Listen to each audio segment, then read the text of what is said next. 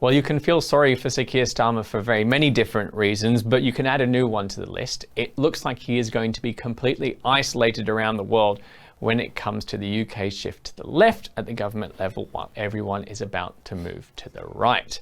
I'm joined by John Butler, our investment director at Fortune and Freedom and Southbank Investment Research, to discuss, we're going to focus on Germany, but to discuss this general shift around the world to the right that we believe is about to happen in a series of elections. John, we've made the list here. We've got Germany, Australia, and Canada as some examples.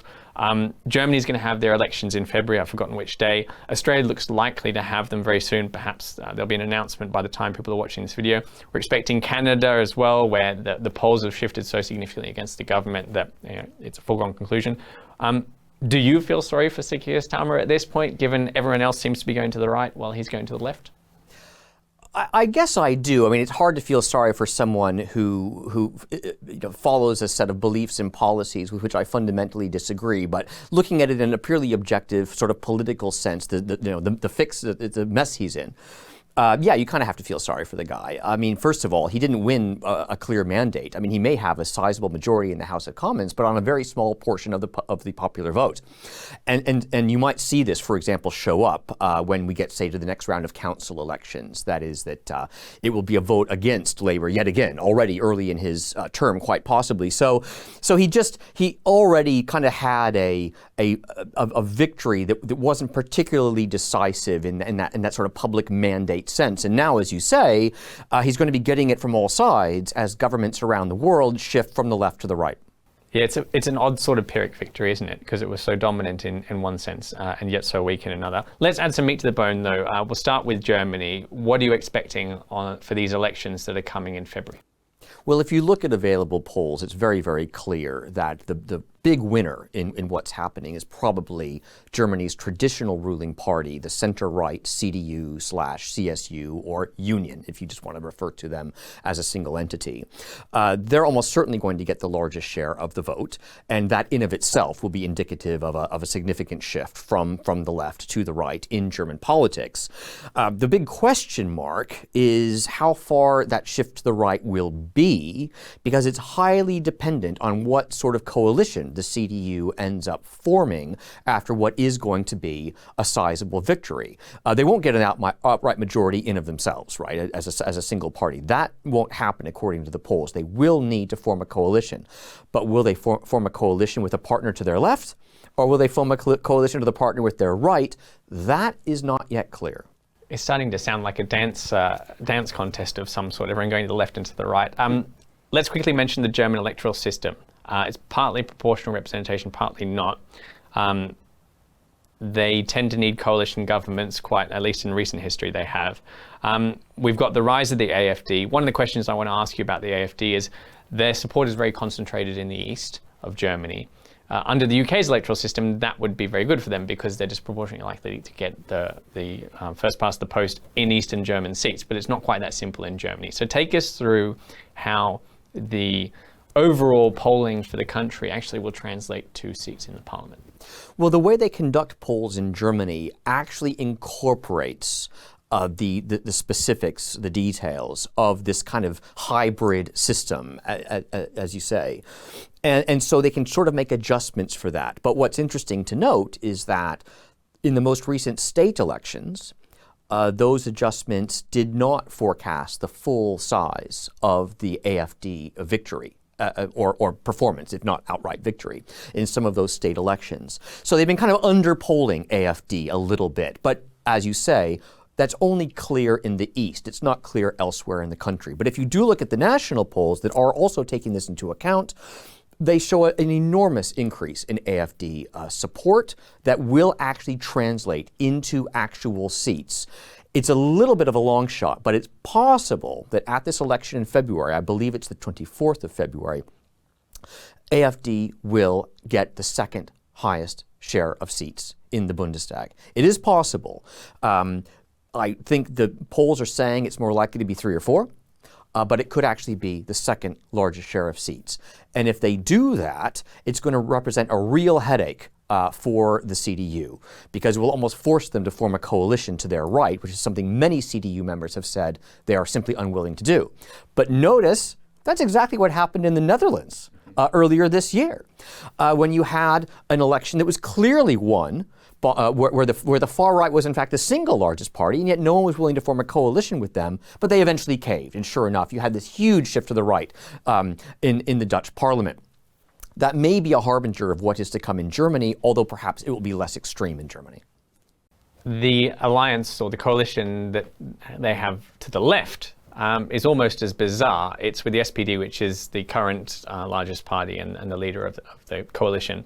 I don't know which of the two is more bizarre and absurd, right? To have a coalition with the party that's just been crushed after being in government. What do the two policy outcomes look like? So I suspect the leaders of the union will want to ally with the SPD because they want to marginalize the AFD. Yes.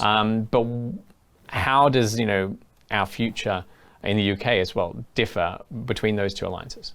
Well, the old leadership of the CDU, they will be well aware that there is a history, of course, of the CDU forming so-called grand coalitions with the SPD. It has happened before on a couple of occasions. And the fact is, politics is politics. You negotiate to the point where you decide, yes, okay, fine, we've settled enough issues, we can form a coalition around those issues, and we'll still have our differences in other areas, but at least around this core set of issues we can agree.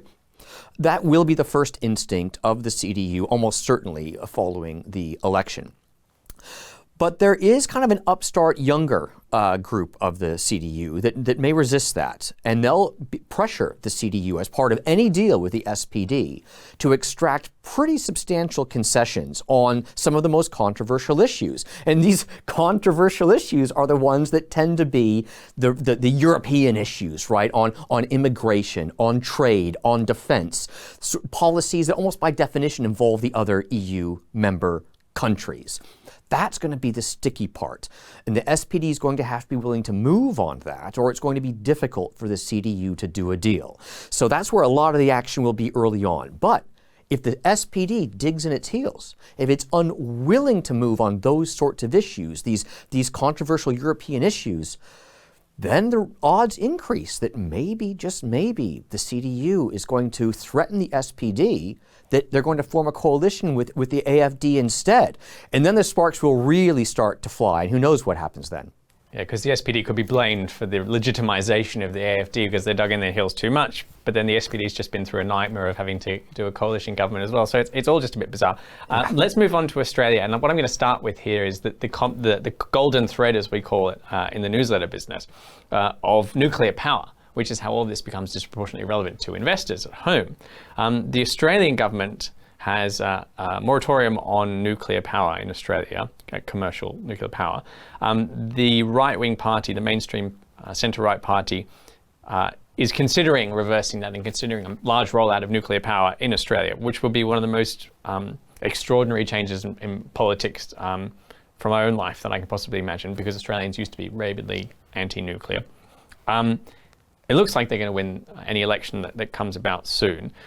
What do you make of this shift in nuclear? Because it's a very similar story in Germany. Except Germany, embraced nuclear for quite a long time, but then post-Fukushima disaster, they decided to wean themselves, or to try and wean themselves away from it with limited success, shall we say.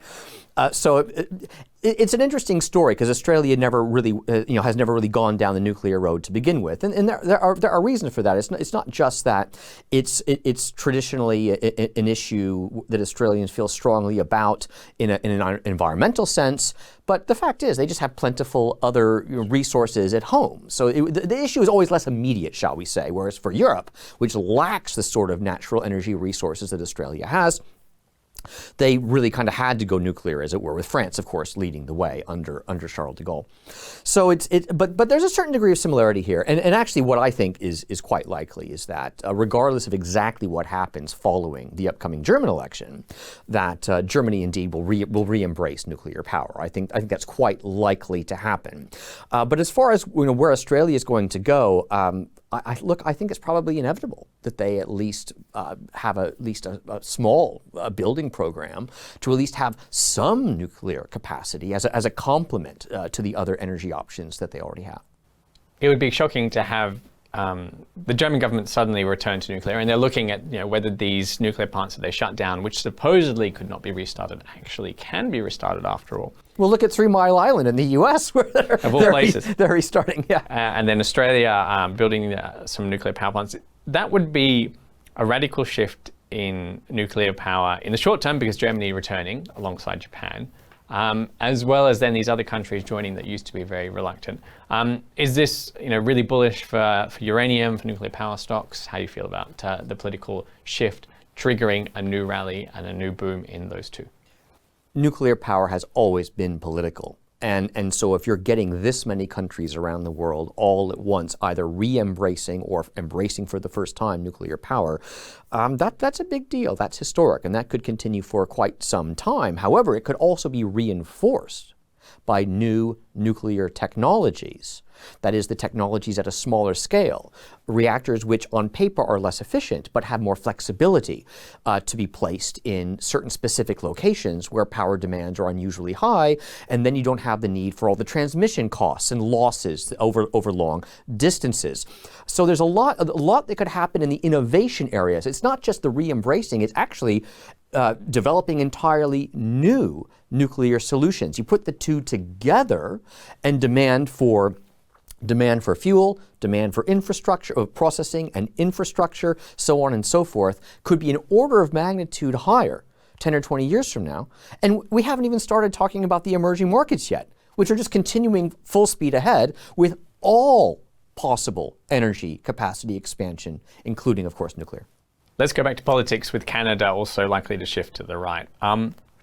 Is the UK just going to be completely isolated on so many issues, right? Because the left-right divide in politics right now is incredibly divergent in terms of the policies. You could drive a truck through it. Yeah, right? So this is quite a radical shift, and the UK has just gone to the left, at least in terms of the government, and everyone else is going to the right. So what does this mean for how isolated we are geopolitically, and also this policy divergence? Because, the simplest answer would obviously be that the UK economy is going to underperform as it shifts to the left and have more environmentalism, while everyone else shifts to the right and things improve. But is that actually true? Look, it's a dangerous time for the country in the sense that we have a government that is a left-wing government. Look at the budget. It was a tax and spend budget, right? It was a tax and spend budget that also disproportionately favored spending money on public sector employees to spending money on just general infrastructure for the economy as a whole that the private sector would also benefit from. And yet, as we've been discussing, I mean, the UK is finding itself surrounded by countries that are going the other way. And so the UK can dig in its heels if they choose to do so. But that would be, in my opinion, a huge missed opportunity. I mean, let's think about it for a second. The UK is a relatively small economy, and it's a relatively open economy. That is, the external sector, the trade sector, is very large vis-a-vis the economy as a whole. And if you start shutting yourself off from these other countries who are going to offer you, maybe some sort of free trade deal or whatever, better access to each other's markets or whatever, if you shun now that sort of pro-market, pro-capitalist policy initiative that they're going to be getting from all sides, it'll be a disaster. And the country will fail to participate in what could be a boom in global trade. Again, we have the threat of Trump's tariffs, but maybe that's just a negotiating tactic. It could be that Trump is successful in actually removing some trade barriers around the world as opposed to putting new ones up. So the UK has an opportunity here as a relatively small, relatively open economy to participate in this in a positive way, to engage with Germany's rightward shift. Germany, the UK is the single largest export market for German cars. Okay. Why not engage, right? I mean, so that's an opportunity. Canada, obviously, culturally very, very aligned with the UK. Why not, embrace the fact that they're moving to the right? Why not embrace the fact that the US, the UK's second largest trading partner, except for the EU, is moving to the right? So they can either go ahead and choose wisely, or they can shun all of that and try to avoid all of that and keep their head buried in the sand, in which case it will be a one-term wonder government, most probably. I suspect, though, that you're a bit more optimistic. You're suggesting that this is going to be almost an excuse or an external force on the Starmer government to actually shift to a more moderate position? I think that's right. I think we have seen the first and only budget that will be anything like what Labour's initial intentions were. I think the next budget is going to have to contend with the reality that revenues did not increase as much as they thought they were going to, and that the spending burden has increased by even more than they thought it was going to. And so they're promising a budget that's going to help clean up finances and deal with that black hole they were left by the Conservatives. And yet when next budget time comes around, they'll own it and they'll have to admit that their so-called solution has only made things worse. From that point forward, we may see a shift in Labour's attitude. So to sum up then, the shift to the right around the world in politics that has very recently occurred but will continue to occur this year and next has probably dragged Sir Keir Starmer's government to the right as well. So we have a little bit less to worry about. We should probably thank voters in places like Germany, Canada, Australia and the US for rescuing us. Thanks very much for watching everyone at home, and John, thanks for joining us. Thank you, Nick.